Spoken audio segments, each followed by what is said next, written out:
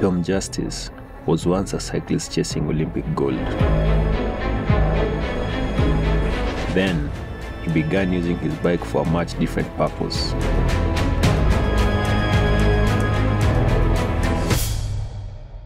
Robbing banks.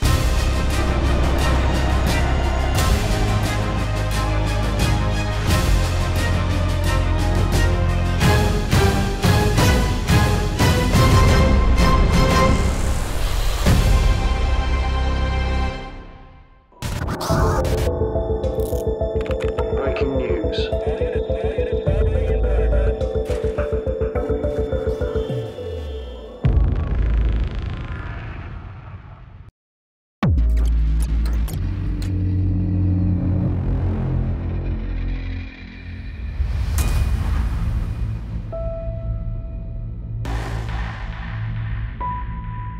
The man in the baseball cap and sunglasses waited for the teller to notice him. The morning of May 26, 2000 was quiet inside the LaSalle Bank in suburban Highland Park. Standing patiently by the velvet ropes, the man looked at his wristwatch. The second hand ticked slowly.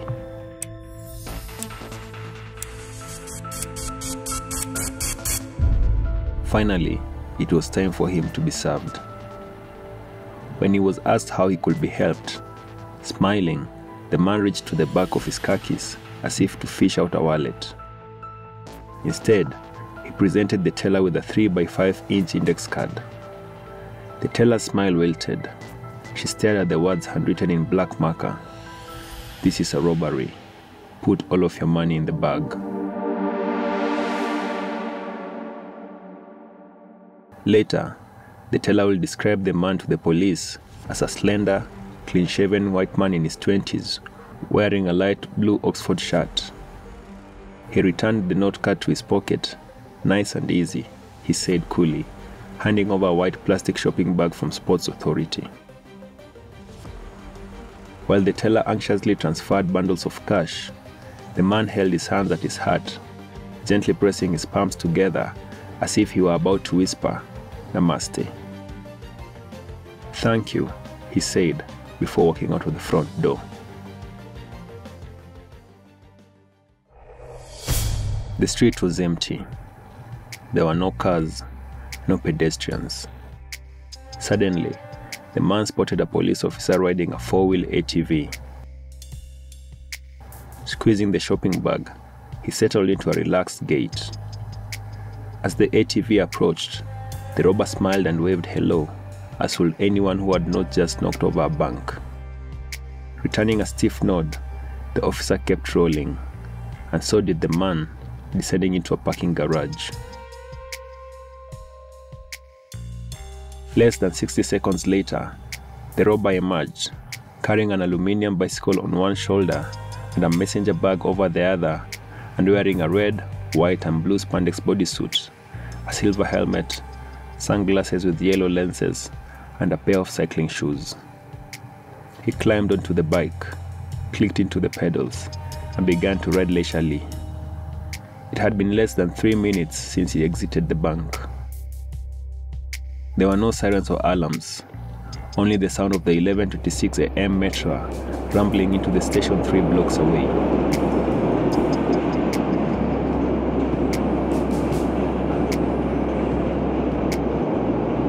By the time the train was gone, the thief had already disappeared.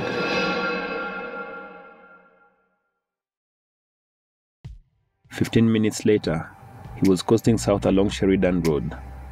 He pedaled into Gilson Park in Wilmette and creased up to a trash can. After fishing out 2 crisp $20 bills and shoving them into the pocket of his bodysuit, he removed the Sports Authority bag and held it upside down over the trash can.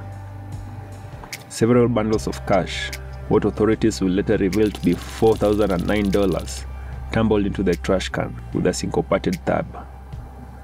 The man returned the empty sack to the messenger bag and pedaled away.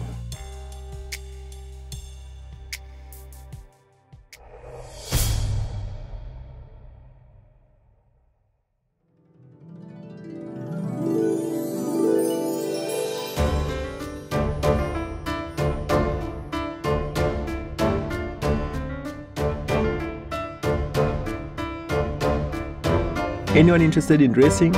Bring your bike and try your luck. A voice announced over the tiny loudspeaker at the Ed Rudolph Velodrome in Northbrook.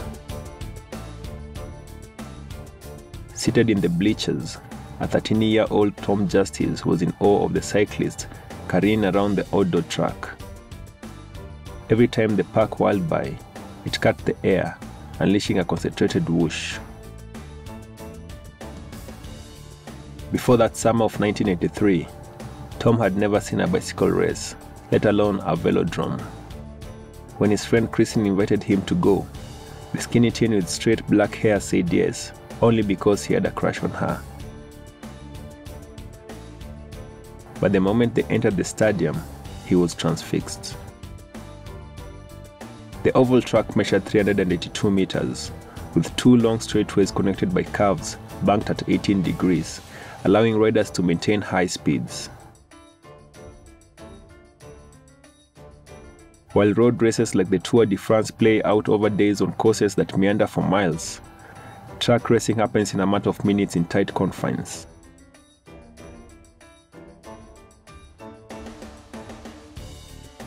Cyclists aggressively jockey for position, bumping and elbowing as they fly around corners at 50 miles per hour. It's like NASCAR, except with no brakes.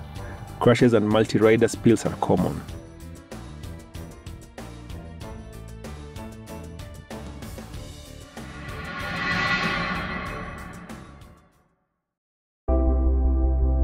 A week later, Tom returned to the velodrome with his maroon Schwinn. As the stadium lights buzzed, a dozen suburban kids gathered on the track. Everyone was wearing t-shirts and gym shorts, except for Tom, who stood out in the professional-grade helmet, jersey, padded cycling shorts, and fingerless gloves his father had just bought him. Tom won the 12 to 14-year-old hit handily. Saddling his bike, his chest still heaving, he felt a surge of adrenaline. After trying basketball, baseball, and soccer, and accepting he was unremarkable at any sport involving a ball, Tom had finally found something he excelled at.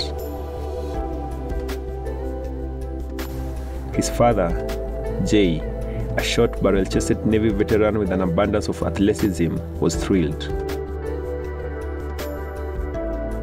"Get out in the front," Jay began telling his son before races, "and don't let anyone get around you." By Tom's junior year at Libertyville High School, his identity hinged on cycling.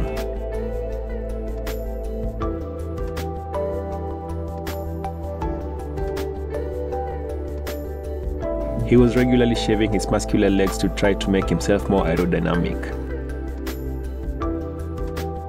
He was training at the velodrome on Mondays and Wednesdays, racing every Thursday, and pedaling for hours around Libertyville's winding back roads.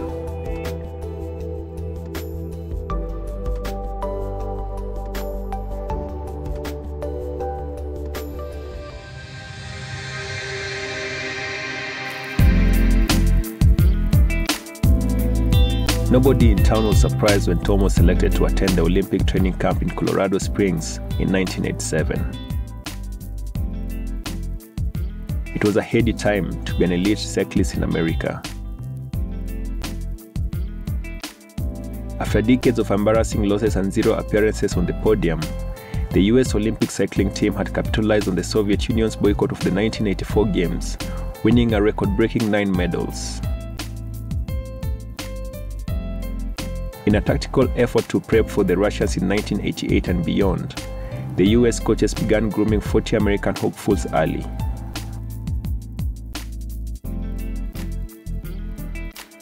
Tom received massages, soaked in hot tubs, had his bike fine-tuned by mechanics,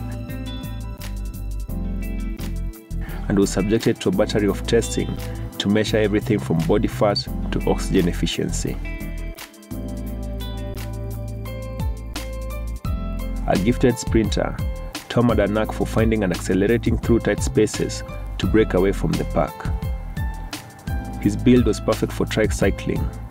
He was tall, with thick, powerful legs like a speed skater, and in their 1,000-meter match sprint, which was his favorite, he showed an instinct for overtaking the leader during the final 45 seconds, the make-or-break moment.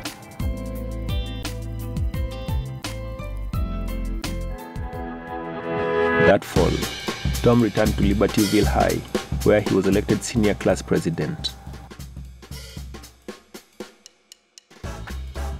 Girls pined after the guy with the shock of black hair flopping in his eyes. One of Tom's classmates even gave him a diary of her lovesick musings about him.